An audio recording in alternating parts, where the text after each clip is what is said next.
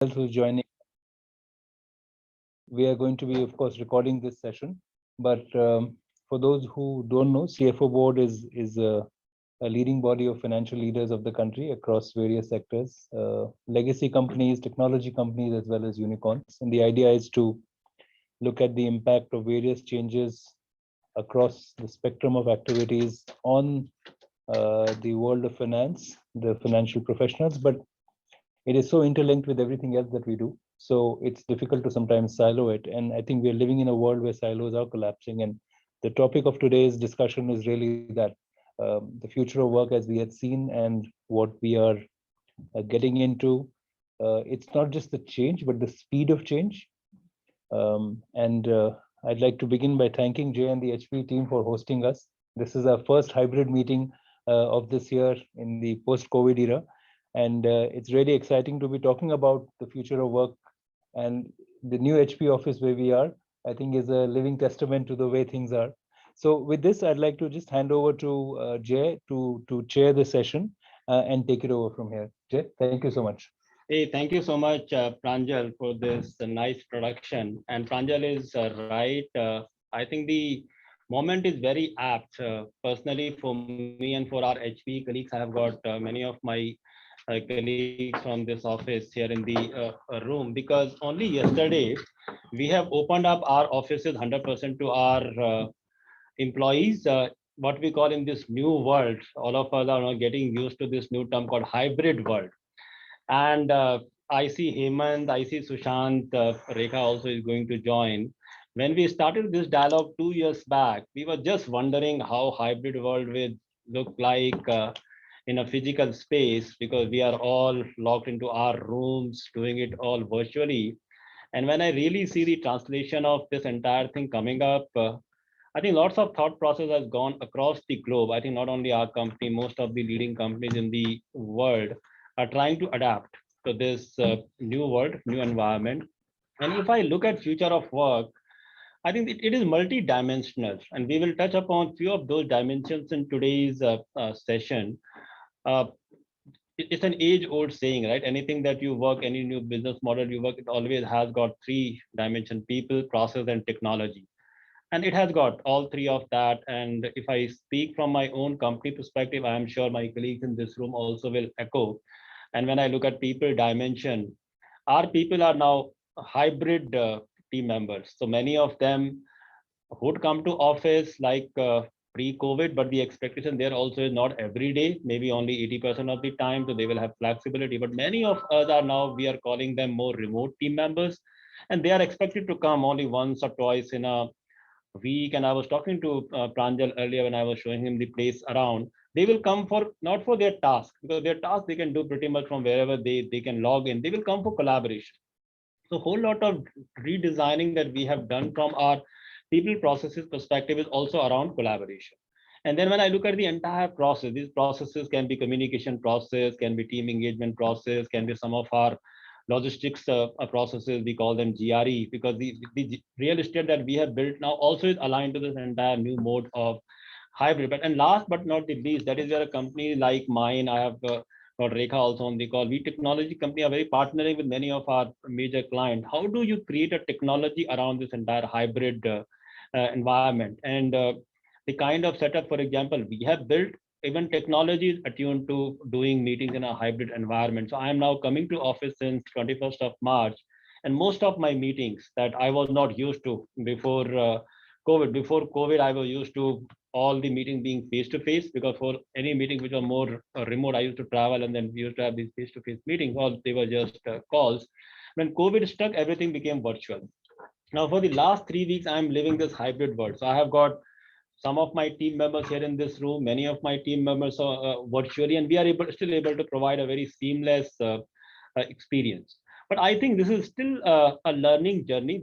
We are still going through the learning process, and what we are expecting to come out of this session is some thoughts. Sushant has got something that KPMG have done, because one advantage that organization like KPMG, I always give this example. I'm an HPE guy. I live in my own HPE silo. But an organization like KPMG, because you work with so many different industries, your span is across industries, across functions, and you see the world around.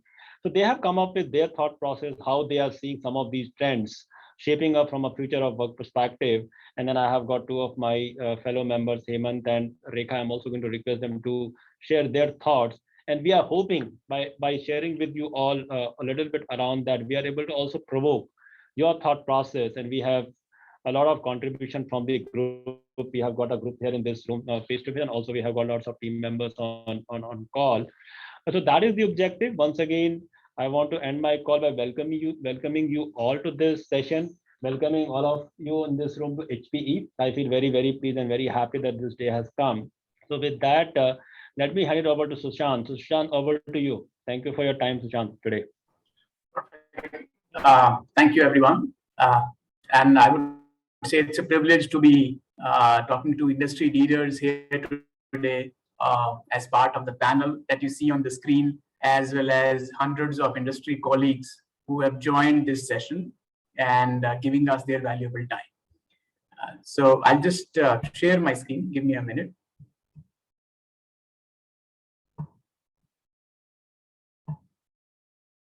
So over the course of next 15-20 minutes, I would like to take you through some of the thoughts that we have as a firm on what is the future of work. And there is a lot being said in the media, in academic circles, in professional bodies about what will future of work mean for us.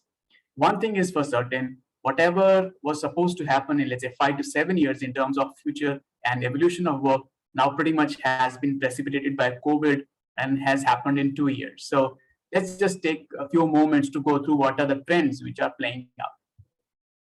Now, while we talk about COVID and the hybrid working model that we all see,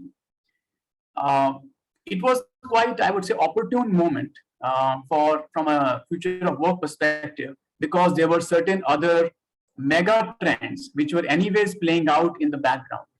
So even before that era, we have had this decisive shift towards connected ecosystems or smart everything. So from your wearables, from the apps, devices that you use, you're never away, right? From notifications, from things that you can do as part of the entire ecosystem and so on.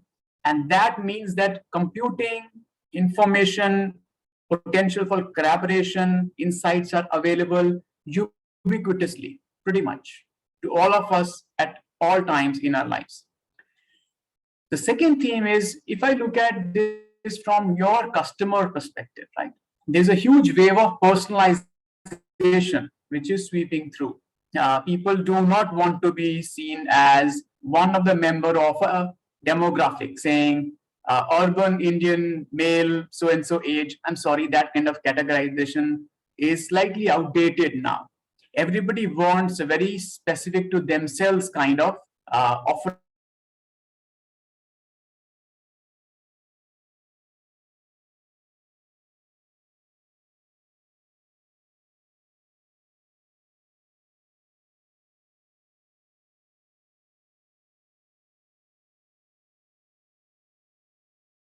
Services, and that has taken into fold new business models which were earlier not possible. So for example, when we talk about Uber, for example, there are more than 10 players coming together to deliver that service to you when you click that particular button.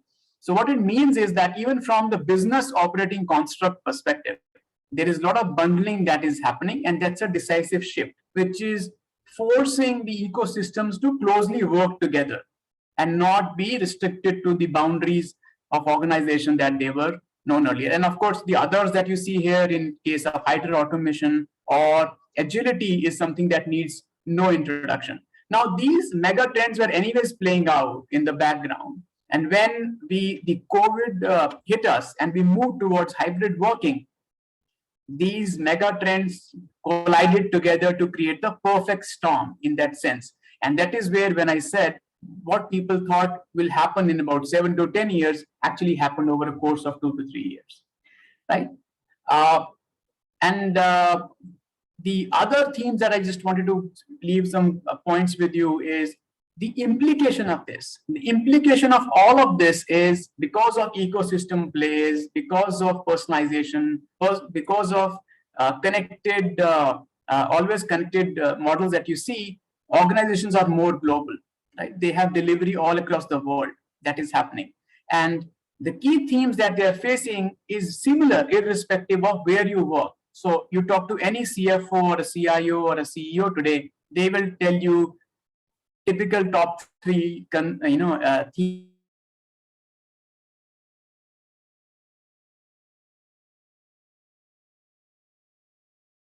Many of you would have seen significant or at least noticeable attrition in your own teams and would have hired people to look at the new reality. And then the entire demographic is changing, right? So the from the classical job roles and skill set which made people successful to the kind of skills that you need today to be successful in the future, they are very, very different. So while the mega trends were shaping the overall economic landscape, what we are showcasing here is the internal themes from organization standpoint. Now they are also pushing towards the work delivery, which is not within the boundaries of the organization. It's much wider and integrated. Now, and therefore there is, I'm not surprised by the things that you see on the screen here. Everybody, I would say right now, is adopting hybrid delivery significantly. And this is pretty much the number one item when we talk to organizations planning for post-pandemic world. But from a KPMG standpoint, when we carried out this research, we identified 6 themes which will play out as an overlay to what does the future of work mean for all of us, right? While many of us just think of it like hybrid delivery, working from home, working from office, and all of that, I would say it is much wider than that. The fundamentals of how we understand organization structure, work delivery, skills, roles, and value creation as an organization, it is actually changing. And I will cover that quickly in this presentation. The first one I would say, and what I call, is cloudification of delivery. Now, what does cloudification mean? Earlier, we had a fairly structured model of work delivery in organizations. So we would have your workspaces, we might have project offices, site offices, satellite offices, we might be working from home, and it's a very significant command and control kind of structure that gets created. Now, because of the new ways of working, it's absolutely possible for you to work with people across geography, across time zones, across skill areas, with people who are not your employees, who might be talent which is loosely coupled with your organization. So, for example, consultant, project workers, job workers, and so on and so forth, right? Now, because of both the location as well as talent mix, which is being used to deliver that, work products or work packages are being broken up and delivered in various places, and they are being brought back together to synthesize the outcome. And that is what I call as cloudified delivery. So that's the first theme that I wanted to put onto the table in front of the group here. I'm just keeping an eye on the watch, so maybe I'll run a little faster than usual. Feel free to ask us questions towards the end of the presentation, right? The second theme that I wanted to for this group to consider is the rise of platforms and digital architecture. See, this entire cloudified delivery is being made possible because the building blocks of work delivery, which could be your digital platforms or solutions, they are able to work seamlessly with each other. So what you have are platforms which connect various providers together and provide an envelope, for example, right, for others to consume. So for example, when Amazon delivers to you, or Amazon offers managed warehousing services, supply chain services to the sellers, that is a platform which is encapsulating whatever work was happening earlier with maybe 10 different entities. It's one seamless box. It's now a black box to you. And then as a seller, it is a service being offered to you. And this is not only in e-commerce, it's happening in logistics, it's happening in education, it's happening in medicine, it's happening in manufacturing, pretty much all across. So these platforms are stitching together various players of an ecosystem. And second is largely it is digital, and they're all dependent on interconnects, APIs, integrations to work with each other seamlessly, right? We have seen very successful stories coming out of this. For example, UPI, which is a world case study, or what now, for example, in India, government is looking at from with ONDC, which is again a platform being built out to connect millions of people on both sides of the community, right? Now, while we talk about all of that, the key question that comes to all of our minds is that, great, we want to collaborate, but is that secure enough? What about our intellectual property? What about our differentiators as an organization? We are happy to work together with 20 other players in the ecosystem to deliver outcomes, but does it put us at a disadvantage in any way? And therefore, there are significant traction which has happened in terms of looking at cybersecurity, collaboration, integration, privacy, and related dimensions. And there are tons of initiatives which are being taken by organizations such as Microsoft, HP, Cisco, and so on in that particular domain. The fifth theme that we wanted to put onto the table is that organizations have realized that the work is about, of course, innovation, new ideas, new product, new solutions that you are taking to the market, right? Now, those ideation is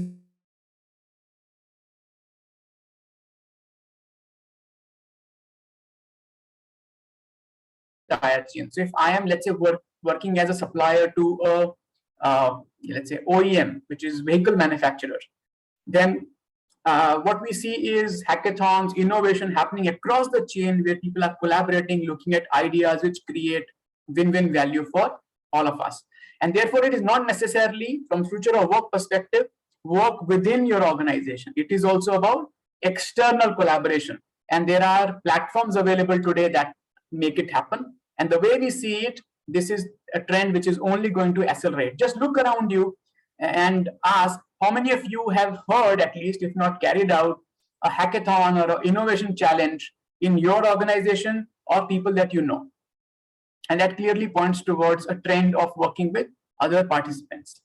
And finally, while this is all around the operating construct, processes, technology, security, eventually the success of future of work comes down to us as people. And that's where the culture shift is very, very important. And that's something which will actually define whether we are successful at that.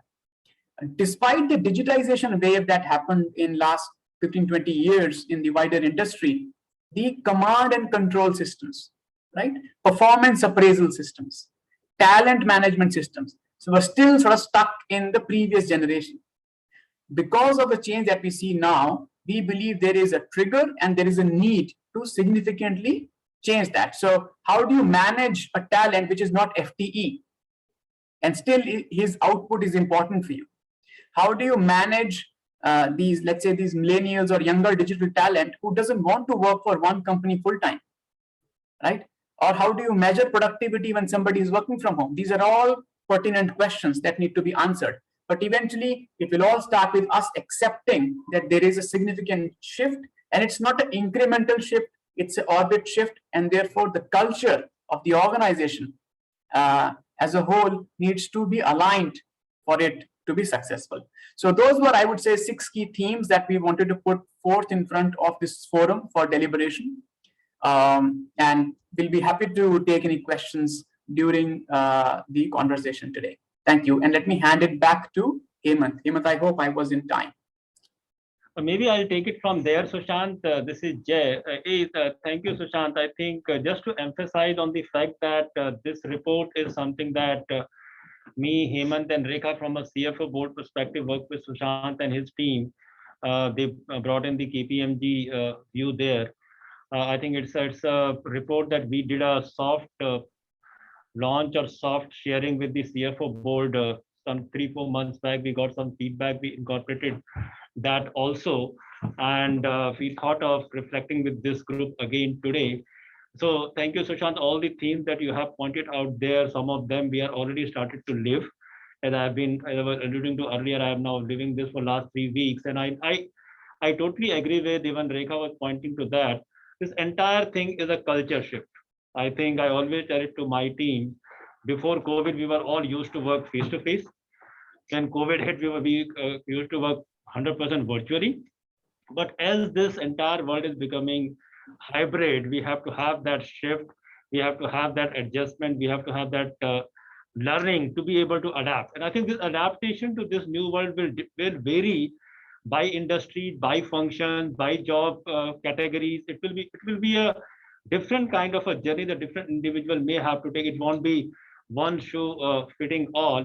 So I think we have with us Rekha also. So maybe Rekha, if I could request you to also share your perspective on how do you see, and more specifically from Microsoft, because I know Microsoft is at the forefront of trying to help the enterprises across the globe to kind of get adjust to this new culture of hybrid work. So Rekha, over to you. Thank you so much, Jay. So I'll do it in two parts. One, share a perspective in terms of what we have been doing and the journey that we have been through in Microsoft. Second, I would also invite Raghav to share a little bit of the observations across industry. We just released, some of you might have seen the work trend index that Satya just shared a few weeks back, right? There are some powerful insights that are coming out of that, which could be relevant to all of you. So we'll do it that way. First, from an MS perspective, as we, started thinking about, the whole concept of hybrid work, two things were very clear. Work is not going to be the same as it was 2 years back, because all of us have evolved in the past 2 years. And second thing, I think there's an increasing realization in terms of what does work mean, and where people want to work out of. Time and place have become to an extent irrelevant, right? So keeping that in mind, as a company, the way we have approached is, we said there's going to be flexibility for all our employees. And that flexibility, we thought of it in three different ways, right? One is, flexibility in terms of time, which the number of work hours, people want to put in. That's number one. And this also goes back to the point that Sushant was saying, we're also seeing a lot of the gig economy getting a lot more active these days. Second thing is, flexibility in terms of work site. What it means is we are giving flexibility for employees to choose. Let's say my primary location is Delhi NCR.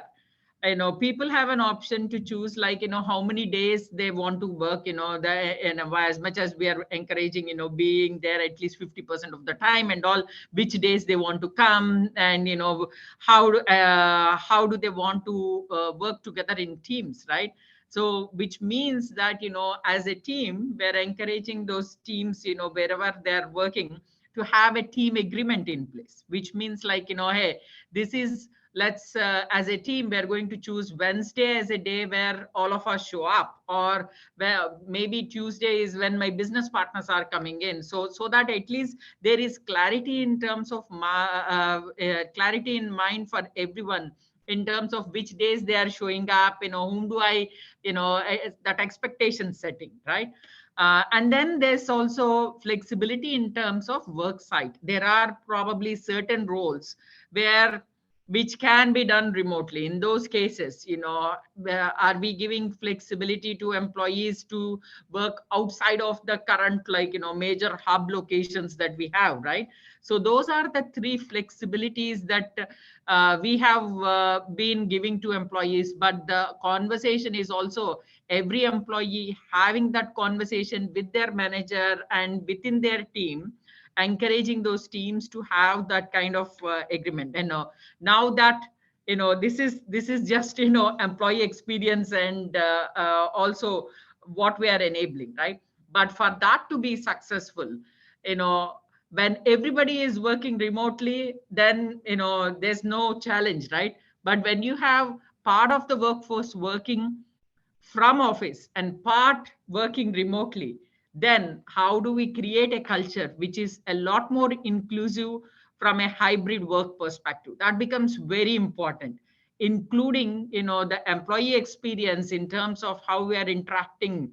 Even when some of this, this meeting probably is a fantastic example where we have a lot of folks inside the room with Jay and team, but a lot of us joining online as well. It's a great example of a hybrid meeting, how we're creating that inclusiveness in terms of, what is the meeting etiquette? Do we have an inclusion champion?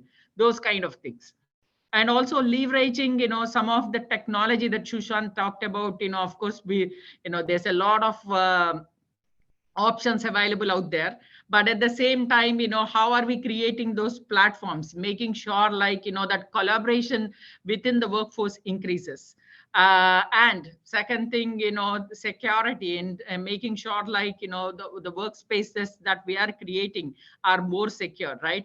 And also leveraging, there's a point that somebody made in terms of how do we create that trustworthy environment, and there's a lot of insights coming out of, I can share Microsoft Viva, where it gives insights in terms of, focus time, how are teams working, what is the number of hours they're putting in, a lot of insights that, how we can leverage technology to drive that insights.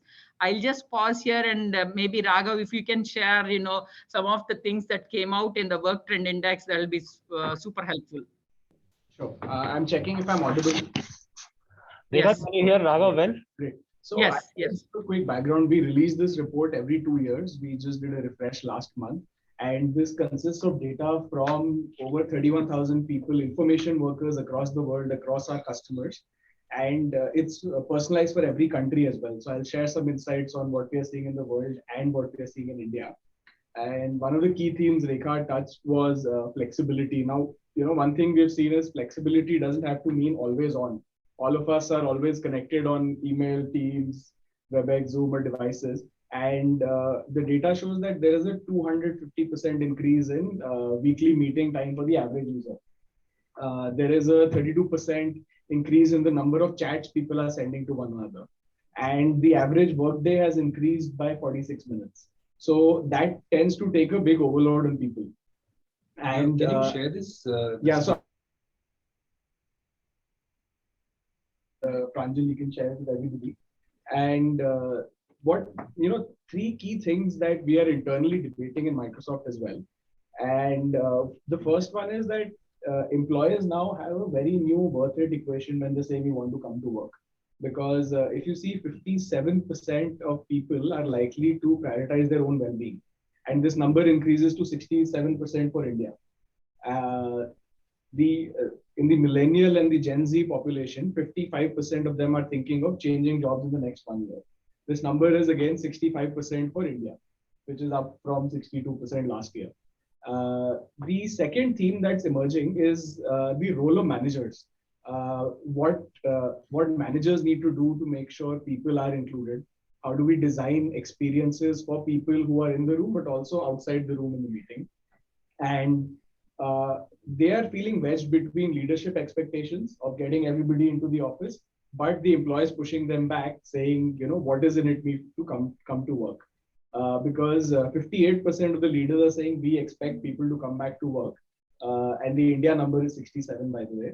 But 57% of managers feel that the leaders are out of touch with the employees. They probably don't know what the employees want. And we are the ones facing the brunt. And this number gets higher, it's 65% for India.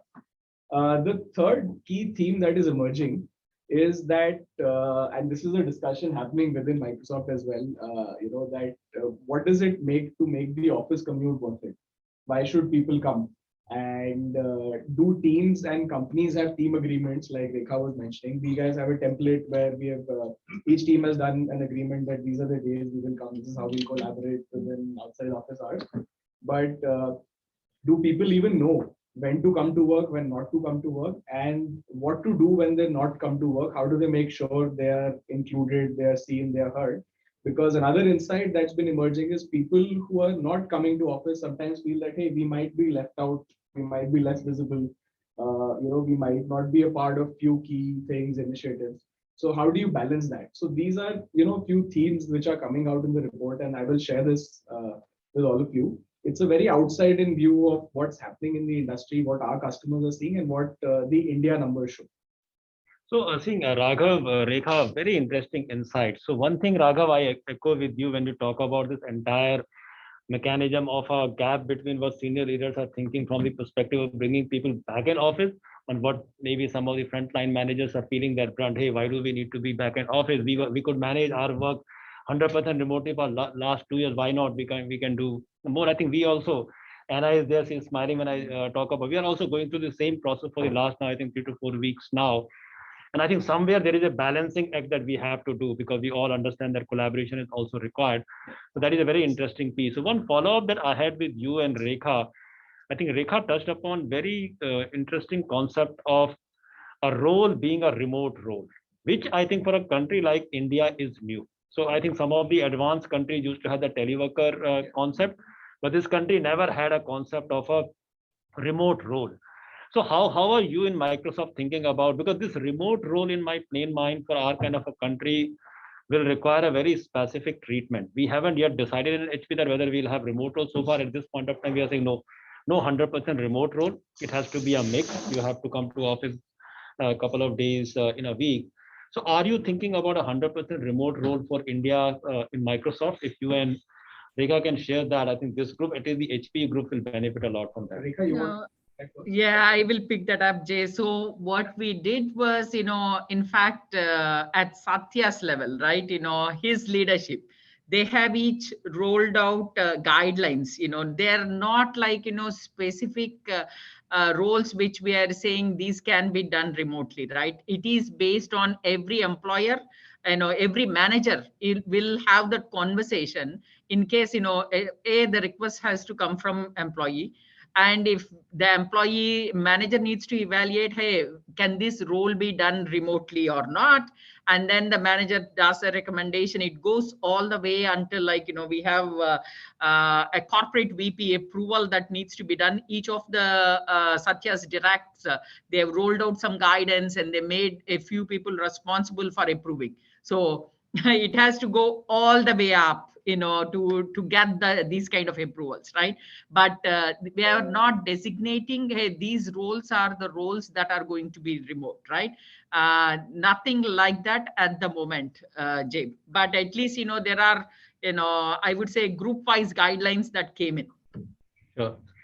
So I think, I'll just add to that, just because they are remote, doesn't mean that, they would not be included or something, right? So we've also rolled out guidelines in terms of how often we are going to bring them back, because as finance, we also need to think about when these remote workers, they are coming back, for example, in finance, we said, whoever chooses some of these remote work site, there are some guidelines in terms of how far away from the hub locations they need to be and how often they need to come, which part of these things will be funded by the company and which part of the D&D will not be funded. So we thought through some of these things, Jay. hey, thank you, Rekha. I think very similar approach that we are also seeing here in HPE, more from a technology perspective. So Hemant, maybe time is out for us to also hear your perspective, because while me and Rekha, we come from more of a technology company, you come from a company which is slightly different from a industry and nature of work perspective. So how are you seeing this entire future of work shaping up within your space, Hemant? I think all of us will get benefited from those thoughts. And also, if you also can touch upon, if you have anything around this 100% remote work concept, which in your kind of a setup, maybe even more challenging. So Hemant, will be very, very looking forward to hear your thoughts. Thanks, Jay. There's something where, this is all about change, actually. The pandemic has only accelerated the change. I'll start with a thought. It's a 3-letter Hindi word which says Behta Pani Nirmala, which literally, if you translate, means only the water which flows or continuously flows is pure. So basically change is the only thing constant. And given the fact that the pandemic has accelerated the change, the fact that one needs to work from anywhere, work from home, I personally do not subscribe to the word work from home. It can be work from anywhere, actually. I think, as Sushant alluded, I think the two critical pieces that he alluded to were collaboration and productivity. And collaboration can be both internal and external. And because you need to collaborate when you're doing it, work from anywhere, your customers are there. So you need to collaborate with your customers, with your supply chain systems. So for a company like us, we do have a supply chain system, ecosystem that we need to collaborate with. So that is a mindset change, because up till now, we thought the only way to deal with customers or with supply chain folks was a face-to-face meeting. Then, anyways, reams of paper have been written on how do, earlier, this is pre-pandemic, on how do we measure the sales force productivity. You know how you had tools, various tools which came in to see, but there was no common thread which said this is the way which you could end up measuring the sales force productivity. Now you're saddled with a larger problem. How do you measure the productivity of the whole force and not just the sales force? Because you could be anywhere. You're not physically necessarily physically present in a particular place. Given that, I think the bigger problem that I have seen, and this is something which I have experienced, and hence I'm sharing. I think the bigger problem is people. If you have the right talent, then neither collaboration becomes a worry, nor does productivity become a worry, because that will take care of itself. The right talent will take care of itself.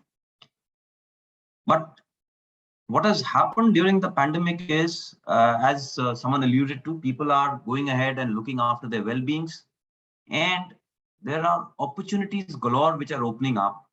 Hence, you're having a lot of transition. And that means that your ability to source right talent is always a challenge. Coupled with that, with digital skills, the fact that you should have a trust index with the talent that is coming in for collaboration and productivity, it becomes absolutely important. And so just to give you an example, in the last week, actually, and this is true, I was in office throughout the week, and I did, apart from meeting people while picking up my coffee or tea, all my meetings were virtual. One full week, all my meetings in office were virtual. Pre-pandemic, I mean, I would have gone possibly crazy, not trying to meet people and sitting in front of my laptop and trying to figure out talking to people virtually like the way I'm talking to you all right now. So that's a data point which is happening. So, in my opinion, ultimately, the question is that is it the future of work or is it the future of us?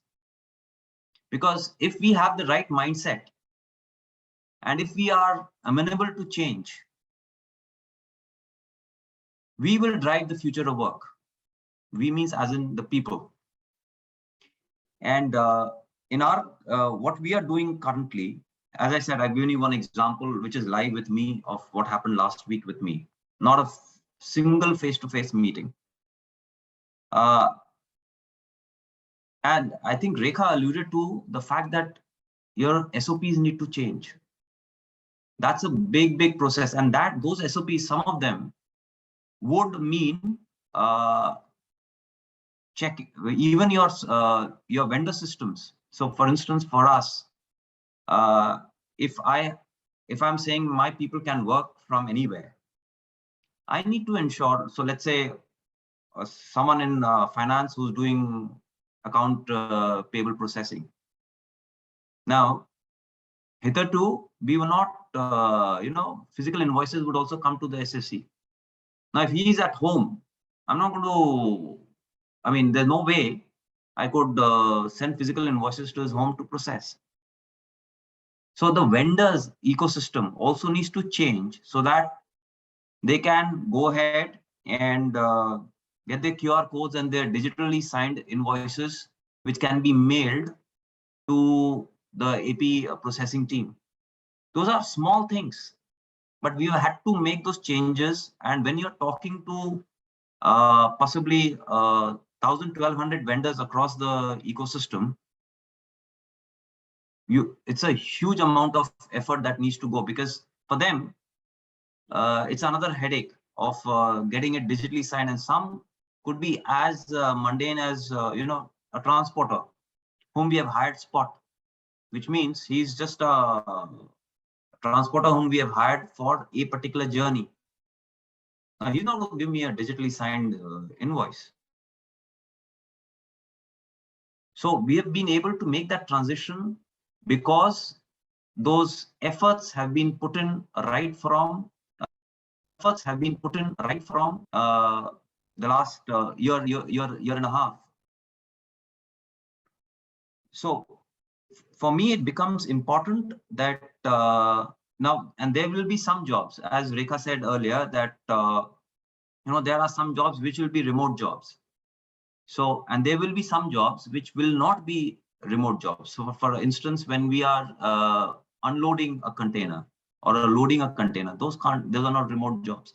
For them, for those people, physical presence in the place of work is absolutely important.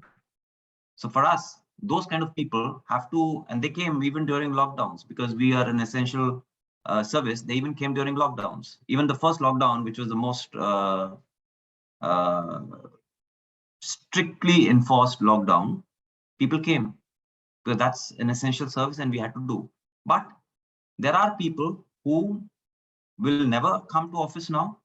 They'll work from wherever they want, and to use a pseudonym, work from home possibly. And there'll be people who will, come in for times in period. Those already have been implemented. A lot of people, they put in requests for working from their workplaces. We changed their base location.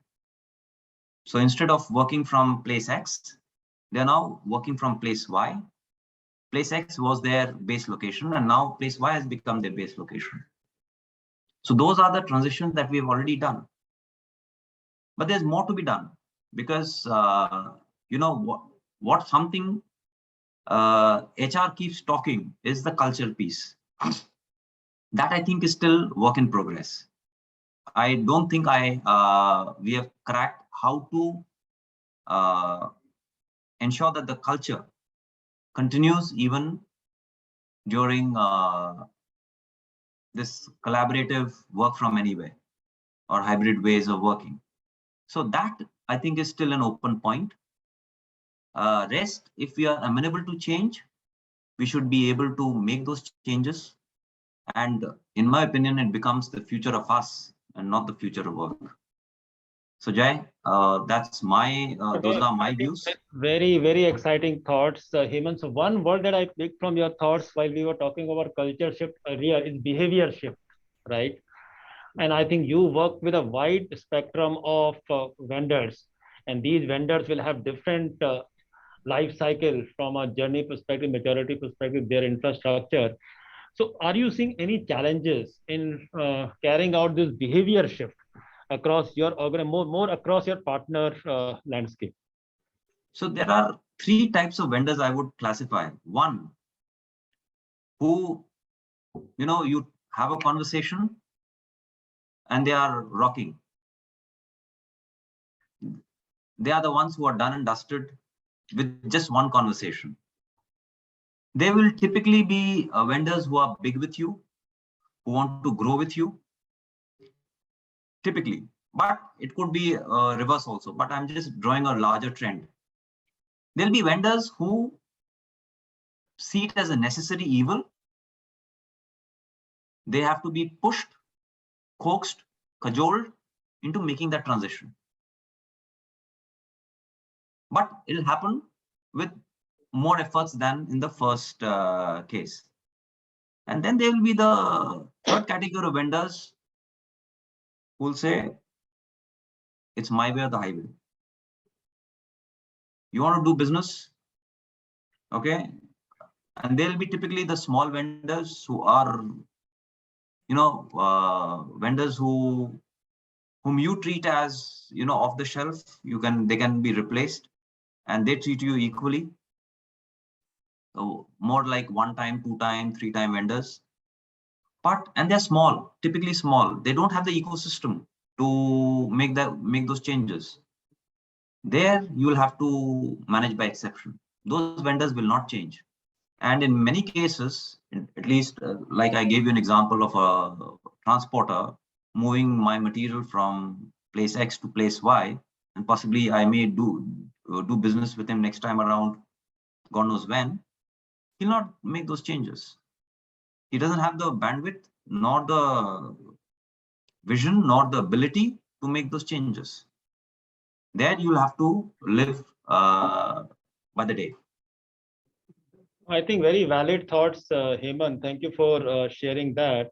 We have few CFO board members virtual online. Saki, if you could make them speakers. We have Indu, Pavan, Venkatesh, and Prashant. But Rajesh, I have you right next to me. Yeah. Maybe sorry to put you on the spot. Maybe what are your thoughts? How are you seeing this entire change? So I think like everybody has mentioned, this is a big change and accelerated more by COVID, maybe not by our own choices.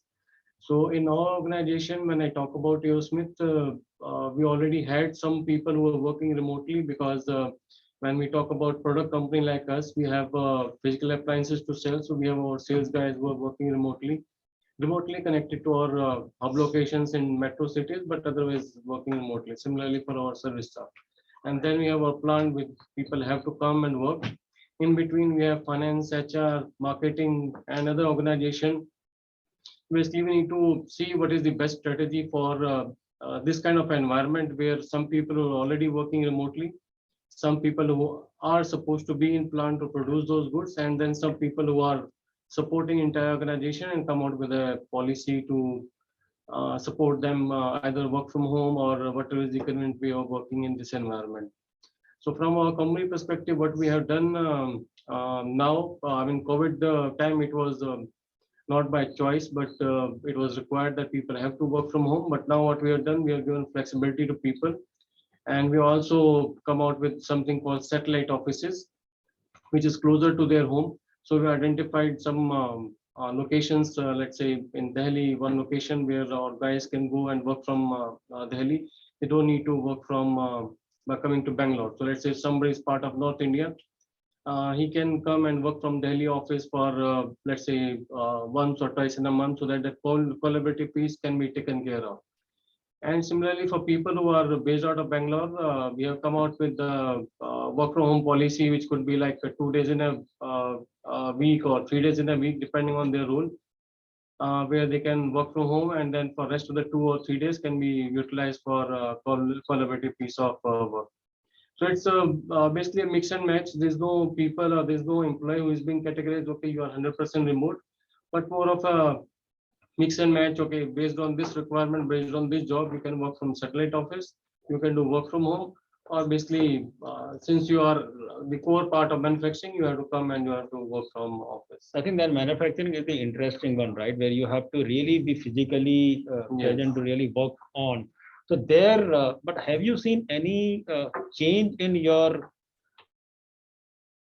COVID in your manufacturing space? Because that is one thing that kind of always make me puzzle. Is there any change that happened in that particular space?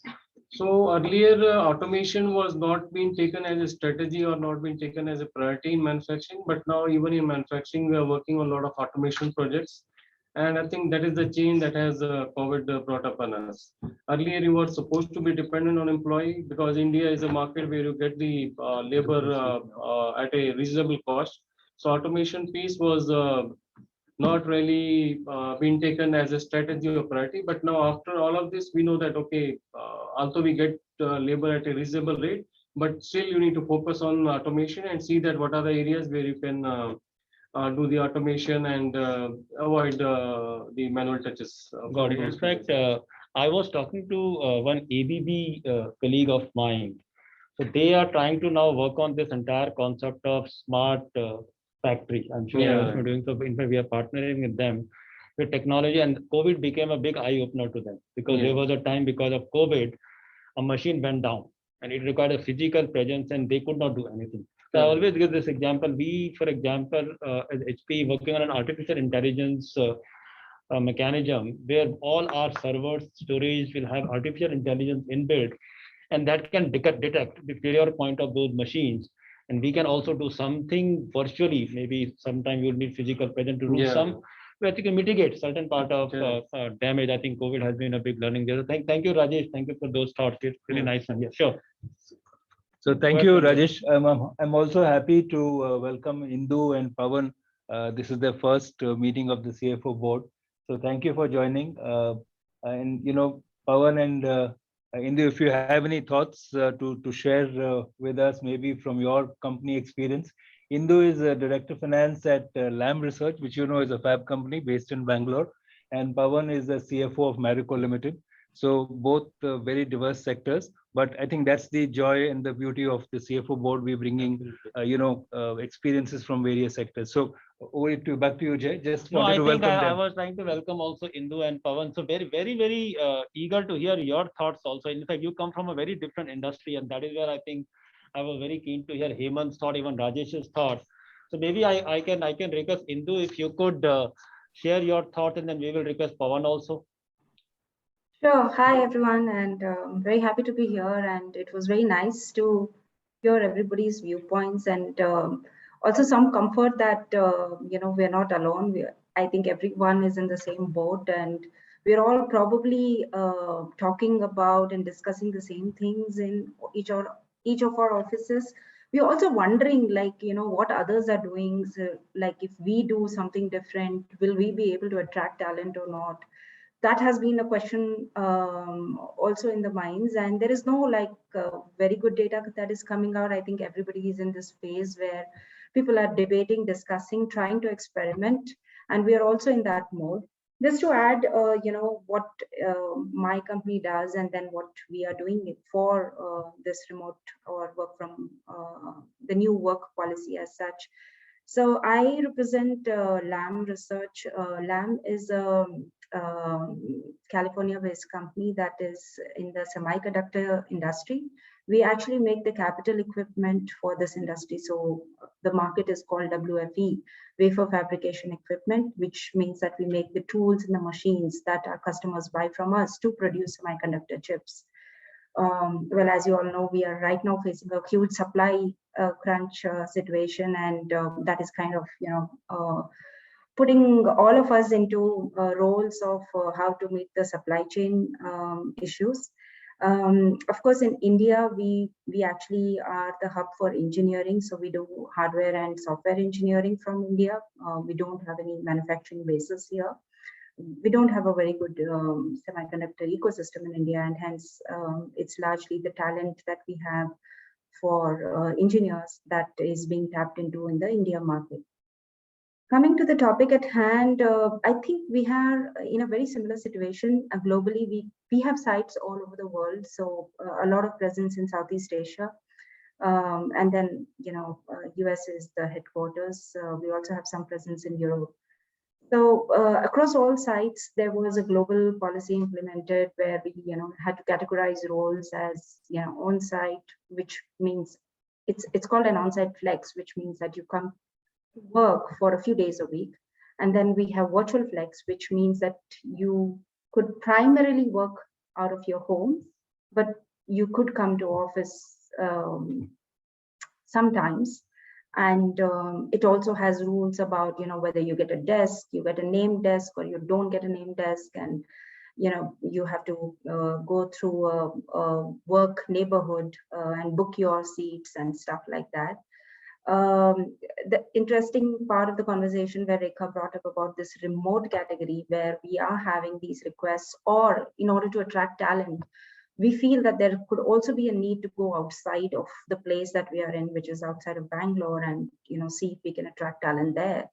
And that has been coming up in interviews, even in where employees for the last 2 years have stayed in different places, and now we're asking them to come back to the base location. So this is a debate that is happening right now. The worry about categorizing or creating a category called remote, even if it works for some roles, is there is a big concern that the others could also ask for that category. It's sometimes a little gray area as to which role can be done remotely vis-a-vis which roles we would like more collaboration. And that gray area is something which could be different for the management and different for the employees. And the concern is that, more and more people could come and ask that why are we not in the remote, and why can we not be somewhere else? So that is definitely one of the things that we are debating internally, and different groups have different needs. There is a huge talent crunch also as we speak. So that kind of adds up to give in to some of those needs. Like there's, few departments who are facing talent attraction issues or retention issues.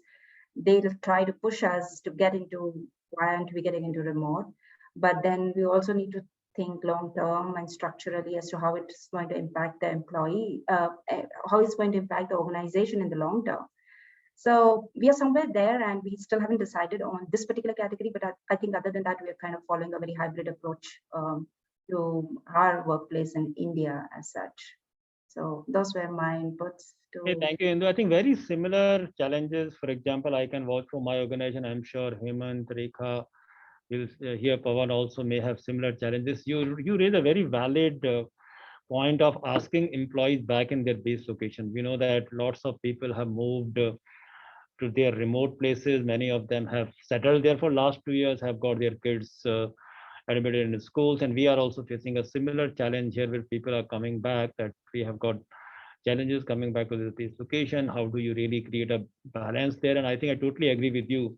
The entire challenges, if you provide one exception, where do you stop?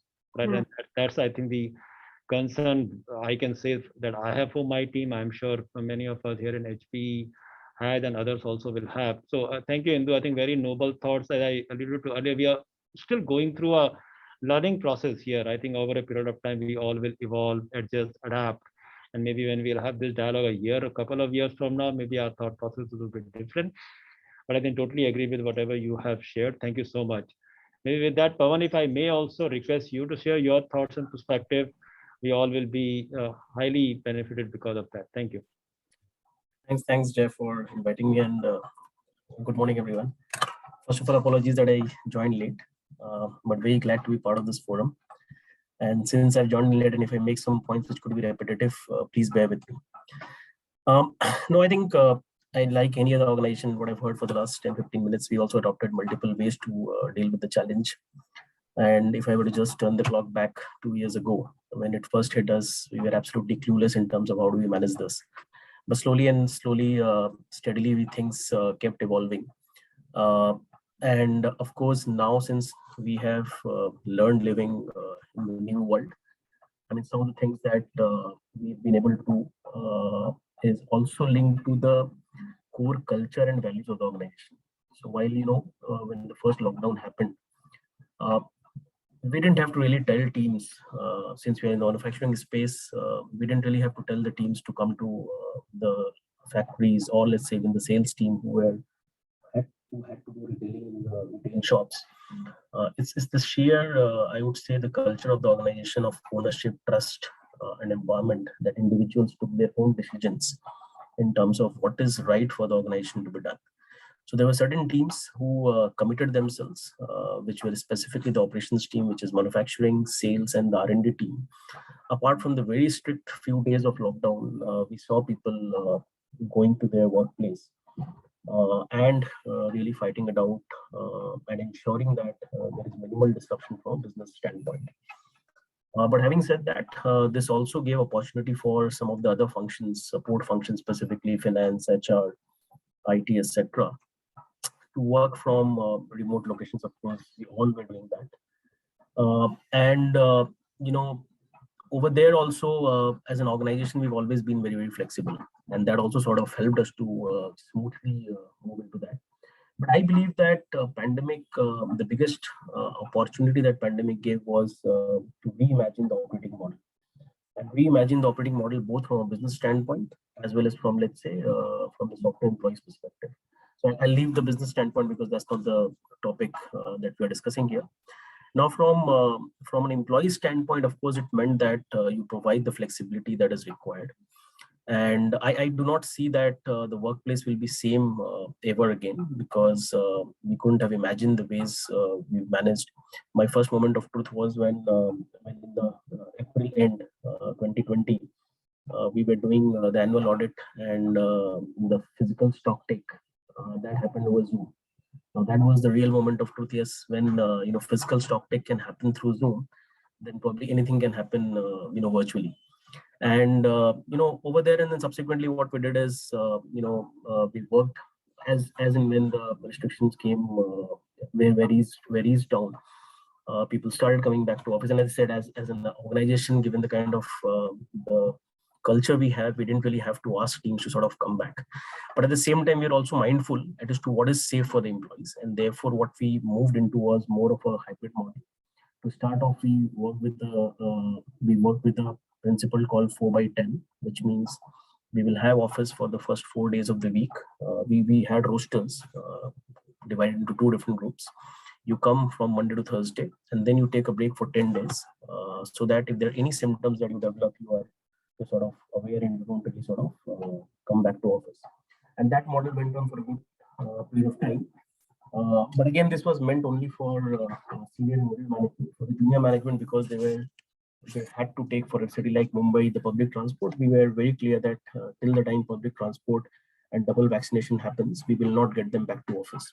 So this was only for middle and senior management, so that safety protocols are maintained. But I think once again, post-COVID wave 2, when things normalized, we moved into a complete hybrid model. And in that hybrid model, it was a roster of alternate weeks. But over there also, there's a huge amount of flexibility that for the teams, for the members who have moved to certain cities, there also we have given the flexibility of operating from those cities. The only biggest challenge was in terms of having that connect with the team. And therefore, what we've ensured that at least once in a fortnight, all the teams should come together so that that connectedness is maintained. Because see, what happens is what should not happen rather is that completely a transactional way of working. And in Asian culture, we build business, we build based on relationship, right? And therefore that was very, very important, and we were very, very mindful of this fact. So therefore, what we ensured is that when we also created rosters, we also ensured that one team should completely be there in the roster, so that that the connectedness should not be lost. So that was one important thing that we did. But even now, while things have become almost normal, we are still working with the hybrid model. Although now, since the entire population for us has been double vaccinated, some of them also have been boosted, etc.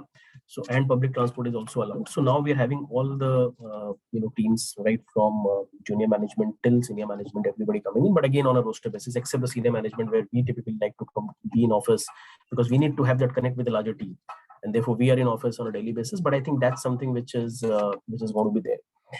Apart from that, I think what we also did, and that was more during the initial phase of COVID, when while everybody was working from home, the line between the personal and professional life was getting blurred. We all were putting in numerous hours, which otherwise we were not putting in earlier. What we also introduced a concept of self-care holidays. So every 3 to 4 months, we used to have a self-care holiday, wherein we used to identify a Friday or a Monday so that it is clubbed with the weekend and people take a break. And we used to enforce that there has to be a 0 meetings on that day across functions, so that the guys are completely disconnected as much as they can. And this was widely appreciated by the larger team. We have a workforce of about 2,500 people, and we ensure that everybody have that self-care. While from a BCP standpoint, for some of the locations we used to have on a different day, but we ensure that everybody goes through that, and the kind of fatigue that everybody was sort of struggling with, it sort of gives that respite to the team. So I think these are some of the things that we did. But as I said earlier, I think workplace will not be same anymore. I think this hybrid model is important because it also gives a lot of flexibility. It also provides. It also gave a lot of opportunity in terms of automating certain processes, digitization of certain processes, which otherwise probably, had the pandemic not not been there, we may not have thought about that. So that's the way we have managed in Marigold. I believe our culture, our values also have sort of helped us in terms of passing through this difficult phase in a very, very smooth manner, which otherwise could have been difficult. Yeah. Pawan, thank you so much. I think two specific points I took from your thoughts is one, you said at the early part of your thoughts was the entire concept of trust, right? Trust and the accountability that team members have towards their task. I think all of us, I'm sure, would have seen that within our respective organization. For example, we pretty much run the entire back end of banking system, telecom system, and that system was so very important, and it is important even today. And when there was a strict lockdown, when maybe I'll talk about second wave impact, Pawan, when Delta was hitting the country so badly, we still have our service engineers going to all these places to ensure their services and support is provided, taking huge amount of risk. And that is where this entire organizational culture and the kind of environment that we have created becomes so very important. The another concept you touched upon very nicely was self-care. I know many of the companies are following that, where we are giving employees that forced time to take care of their well-being. I think another eye-opener has been to all of us is how much self-care we need to be able to combat this kind of pandemic or whenever it comes our way. So very, very relevant thoughts, Pawan. Thank you so much for that. Prashant, I see you also on call. So if you could also share some thoughts, we all will highly benefit.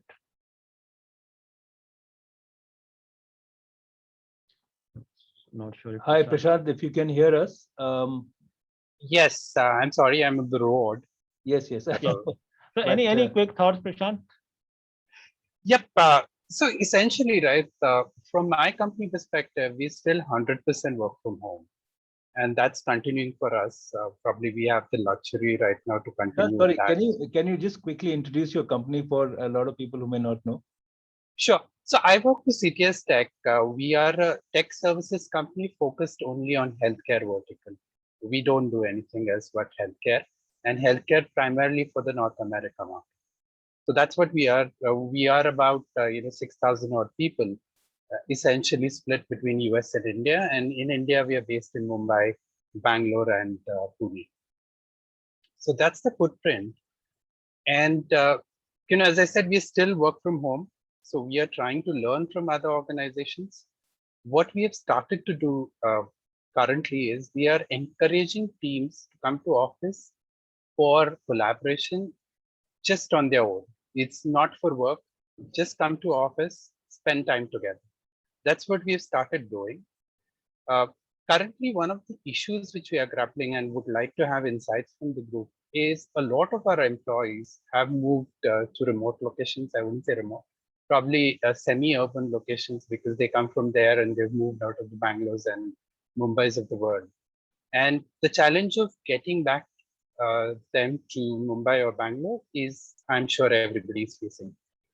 So one thinking which we are trying to evaluate is a differential salary. If somebody wants to stay back permanently or just travel once a month or something, is this thought process which has been implemented in any other organization, or if KPMG has some insights on that, that would be very helpful for us. Hey, thank you, Prashant. I think this entire challenge of bringing employees back, I think we are totally right. We are all on the same board, maybe on a different call. I can share with you some of the best practices that we are adopting from an HP perspective, because to be fair, we are still learning. I think we would have cracked this code maybe another 3 to 4 months from now, because we just opened our offices. In fact, yesterday was our day one of bringing all our employees back in office. So maybe a few months from now, I maybe share with you some of the things that we learned as we went along. But I think that's a very valid concern that you have brought up, Prashant. Thank you for your thoughts there. So I have with me Anna in this room, who leads the order management for the entire HPE. And Anna, we also touched upon the massive supply chain limitation or constraint that the world is going through. So how are you seeing this entire new world from your team perspective, Anna? Your thoughts, I think, also would be very valuable to us. Right. So you want to know more about the supply chain constraints? I think more about your team from a future of work perspective, right? Yeah. Yeah. So I'll give you my personal perspective also here, right? I think hybrid working model for me, Jay, is the best of both worlds. I would say that's how I'd like to look at it. In fact, hearing all of you, Pawan, Indumati, Rekam, Jay yourself, and then Rajesh. I mean, all of you have brought up such important points.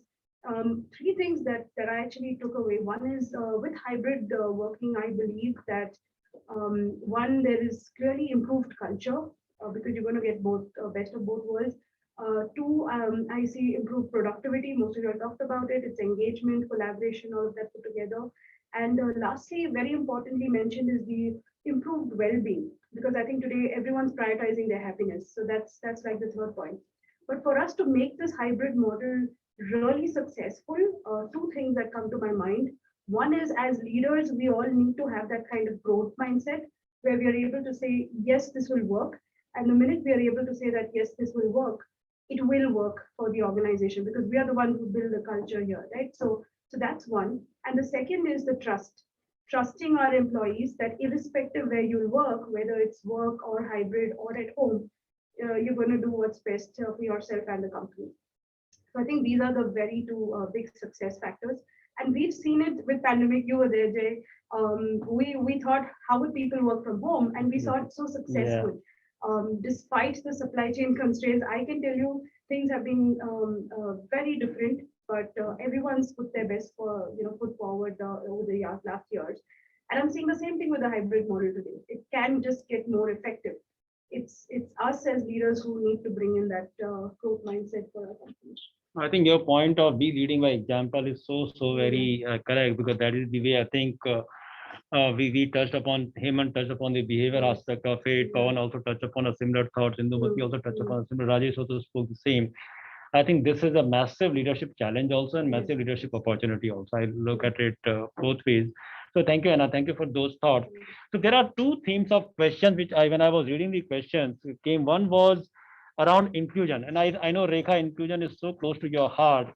What do you think this entire new environment will increase inclusion? I'm hoping that it will. So what are your thoughts there, Rekha? I think one question was there on that, so I thought I'll pick that up. Rekha, you're on mute. I can't see whether you are speaking because of this. No, I am there. Sorry, what was the question, Jay? So, Rekha, there is a question around how this entire new future of work will impact inclusion. Right? We talk about inclusion of all kinds, right? Be it diversity, be it LGBTQ, be it PWD. How do you think this entire environment is going to impact that aspect of our world? Yeah, see, for me, this entire thing about hybrid, we need to think about inclusion when some in a different format, right? When part of the workforce is actually coming to office and part of the workforce is not coming to office, because the rest of the dimensions of diversity and inclusion will probably continue to be, it will be similar. But here inclusion for us is going to be, how do we make sure, those who choose not to be in the workplace feel included in whatever we are doing? And that's where I think, when we talk about, collaboration tools, processes, systems, these things, need to dial up a lot more. And and also, most importantly, this whole conversation around employee engagement becomes very critical. And the data point that Raghav has shared in terms of how managers will be playing a super important role in the future of work, right? Because there is expectations that are coming, at a corp level, at leadership level, but there are also expectations that employees have, and that's the role that managers will be playing in terms of making sure that employees feel included, they feel part of the culture. And we need to think about our entire systems, processes, and everything to be geared up for this new hybrid work. I think very valid thoughts, Rekha. In fact, Indu had just pointed there, which is also very close to my heart, proximity bias. And I always tell my managers, hey guys, that is the bias that scares me. Because in a hybrid environment, people tend to feel that anybody who's office like sitting right next to the manager will end up getting that kind of a priority. That is another bias we got to be careful for. So Indu, any thoughts? I think your point is so valid. Any further thoughts on that? Yes, I mean that was what I think Rekha was also saying, that there is a huge fear of proximity bias. It was all okay until everyone was remote. There was no problem because everybody was dealing with the same problem. There was nobody was in or out.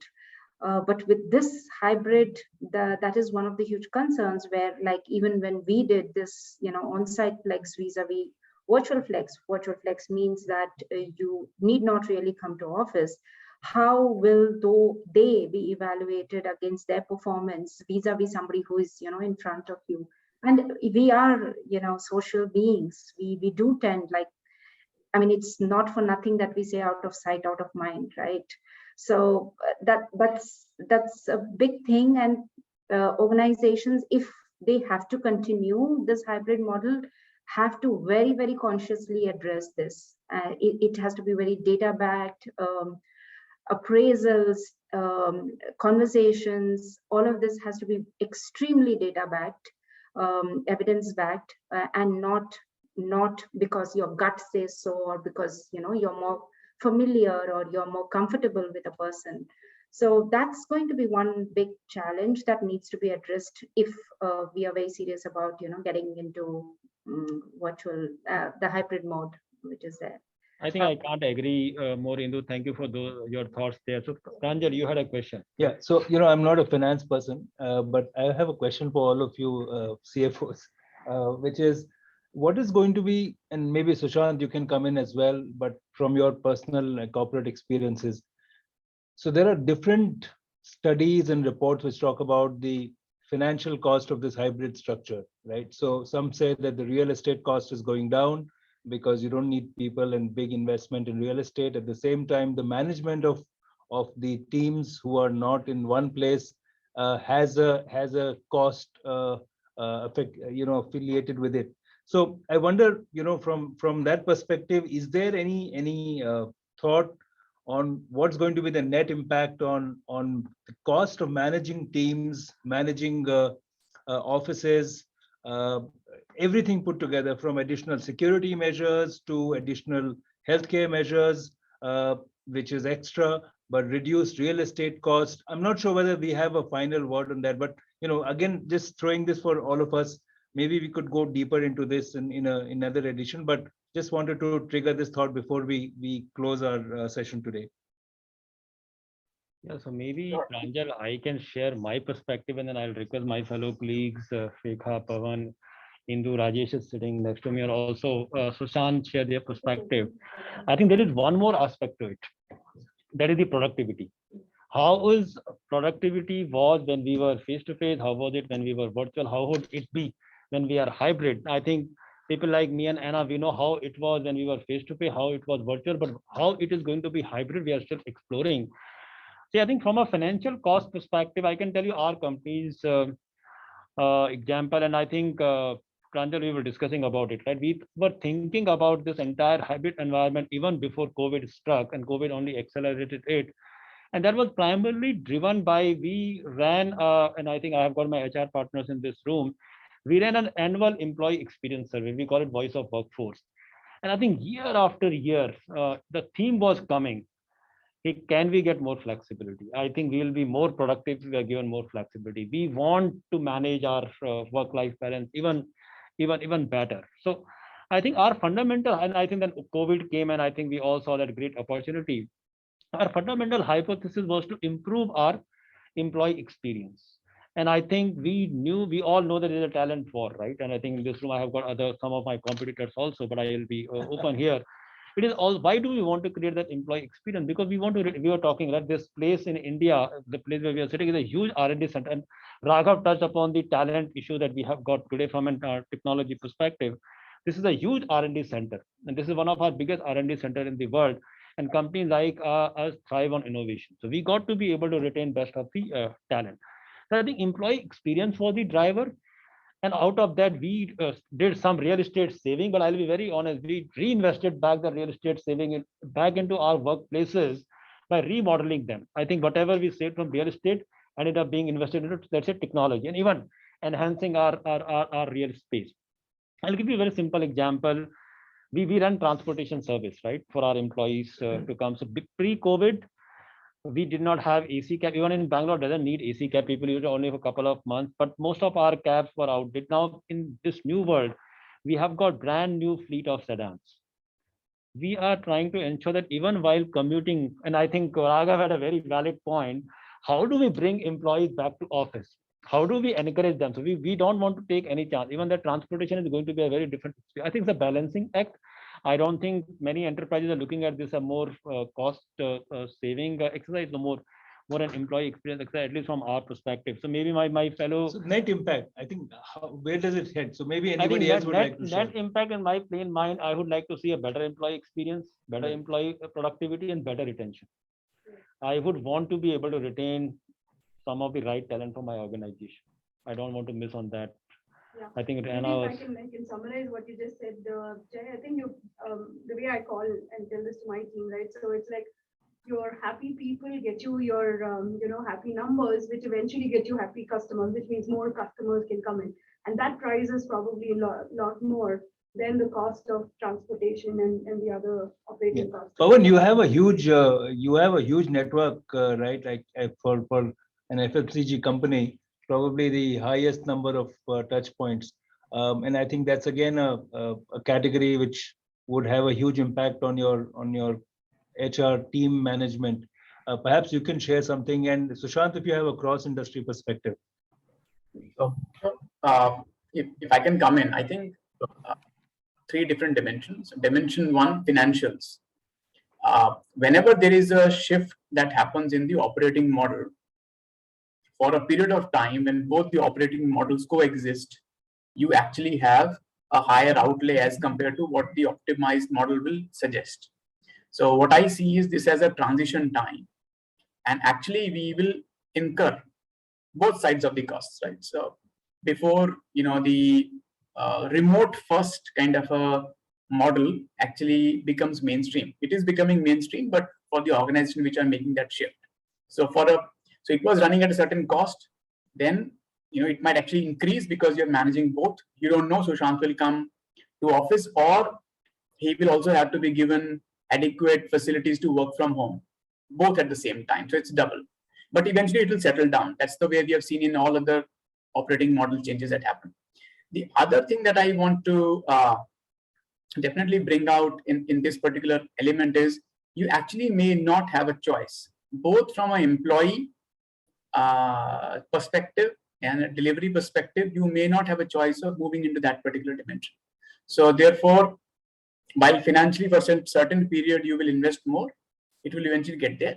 And finally, to the point which was being brought out in terms of the work-life balance and experience, that is actually going to drive a lot of this. And this is not the first operating model shift that we have noted. This will go forward. And that's the other thing I wanted to highlight, right? So remote working, hybrid working works very well for current employment constructs. When you move into even more decentralized, disaggregated talent working for you, the bar will be pushed even to the right. And then you might come back and say, I now have to make even more investments in my digital infrastructure, technology infrastructure, collaboration platforms for all those folks to come in and deliver for me. So in that sense, it's going to be a journey. Just thought I'll add just 2-3 perspectives and hand it back to all of you. Thank you. Pawan? No, thanks, Pranjal, for bringing this out. This is a very interesting question, if you ask me. So whether this is leading to a cost savings or adding to the cost, I think different companies may have different answers. But I'm just hoping that there's nobody from real estate out here, because I'm sure that will have a negative impact. But for us, we operate from multiple offices, multiple warehouses. I mean, of course, it gave an opportunity in terms of renegotiating and probably shaving away some part of the cost, probably also on a permanent basis. But I would still say that's incidental, because what is most important is to drive the employee engagement, right? And how do you include the employee in the new operating model? And I believe the ultimate test for that is we run a quarterly engagement survey, and then what we are very happy about is that with all the revised operating model that we have, hybrid for some of the teams who are coming on regularly to office, what has happened across the functions, across the organization, is that the engagement score has only been improving. So I think that's the ultimate test, and the driver cannot be that we have to save cost. The driver should be that how we keep the employee motivated, how do we keep the employees engaged, and that is something which what the organization will be striving for, rather than looking at certain savings, which in my mind may not be very significant one, given the kind of scale at some of the organizations will be operating at. One additional point that I want to bring out on the previous question about diversity and inclusion, I believe again this has only widened the scope of inclusivity, because earlier the concept of work from home for some of the traditional companies, traditional sectors, used to be like, this is something like, okay, I'm not taking leave, but I'm probably would be spending some time. But that concept has completely changed for some of the traditional sectors. And therefore, what it has helped us is that include a lot of workforce which otherwise you were not a part of the working group. For example, very, very young mothers, many of them had to sort of give up their careers because their demand for the personal commitments were far higher. Now with the flexibility that we have, and especially for the cities like Bombay and Bangalore, where people used to spend a lot of time on commute, now that kind of time going away also allows us to include a lot of workforce which otherwise would have opted for some personal commitment. So I think this also has given opportunity to the organizations to include various types of or various kind of people which otherwise was challenging. For example, somebody could be joining on a part-time basis for about 4 hours, 6 hours. Earlier, these kind of concepts were not very, very prevalent, and especially I'm talking about the sector where I'm coming from. But now in the last couple of years, I think these things have come far more strongly, and organizations have become far more open. So I think the entire concept of inclusivity has only got a boost post-pandemic. So yeah, so those are my thoughts on these 2 different topics. Hey, thank you, Pawan. Hey, thank you, everyone. I think we have had a very engaging dialogue today. I really want to thank you for your time. I hope we get some learnings out of this dialogue, but I think it's a continuous learning journey that we are going through. I'm sure when we'll have a dialogue on this topic a year, couple of years from now, some of the thoughts may be different. Some of the thoughts may have evolved. So once again, thank you so much all for taking your time to be with me and my HPE colleagues in this room. We all very warmly welcome you to our HPE premises, all in office here, and all the team members or fellow members on the call. Thank you so much. You all have nice time ahead. Stay well, stay safe. Thank you all. Thank you. Thank you.